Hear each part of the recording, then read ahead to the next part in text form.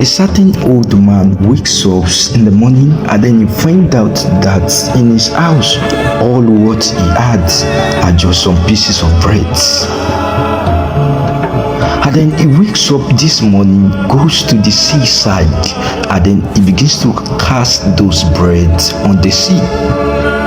When the people around him saw him, they begins to mock him and advised him that men don't sow bread, they sow seeds. Breads cannot be planted. You only plant seed. But this certain old man refuses to listen to them, and then he begins to cast those bread upon the waters. He took the remaining breads and goes to the roadside. He gave it to the people in need. He went to the market and he shared the entire remaining breads, having nothing with him. The old man was doing all this because he believed that a day might come where evil might come upon the earth and nobody will be able to benefit from those breads that he has.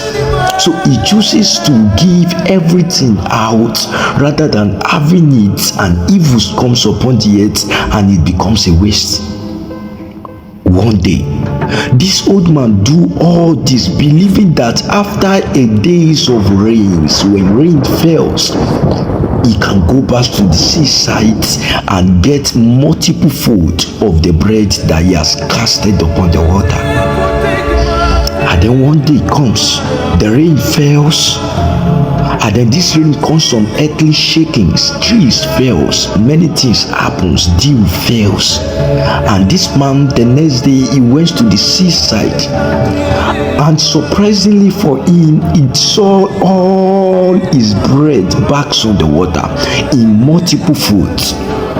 He packs up all the breads and returned back to his house, rejoicing that multiplication has come upon the works of his hands. And the same people who mocked him saw him rejoicing, coming back home with multiple fold of the bread he planted, and they were really surprised. The book of Ecclesiastes chapter 11 verses 1 to 3 make us to understand that cast your bread upon many water, for you shall find it after many days. We all know that men don't cast breads, they don't sow breads. Breads are to be eaten, but men sow seeds. But this man, having no seed, he sows bread. That means he do not really have much with him, he only have few. But out of what he have, he gave few portions to the 7. Verse 2 said, give portions to 7 and also to 8. He gave portions to meet the need of men. And then he gave portions to 8, meaning that he gave portion to meet the need of God too, until he has nothing. But even though shaking comes, rains empty themselves, tree fails, after many days he received back multiple fold from God, because his investment is not just in the things of the world. He invested his life in order to meet the need of God. I want to ask you a question. How much more have you sacrificed yourself to meet the need of God? How much more have you sacrificed the things you have, your self first, and then the things you have in order to meet the need of God? Sacrifice brings men into abundance.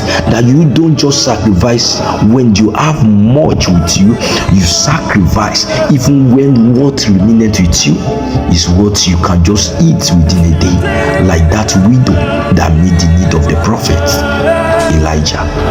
Thank you.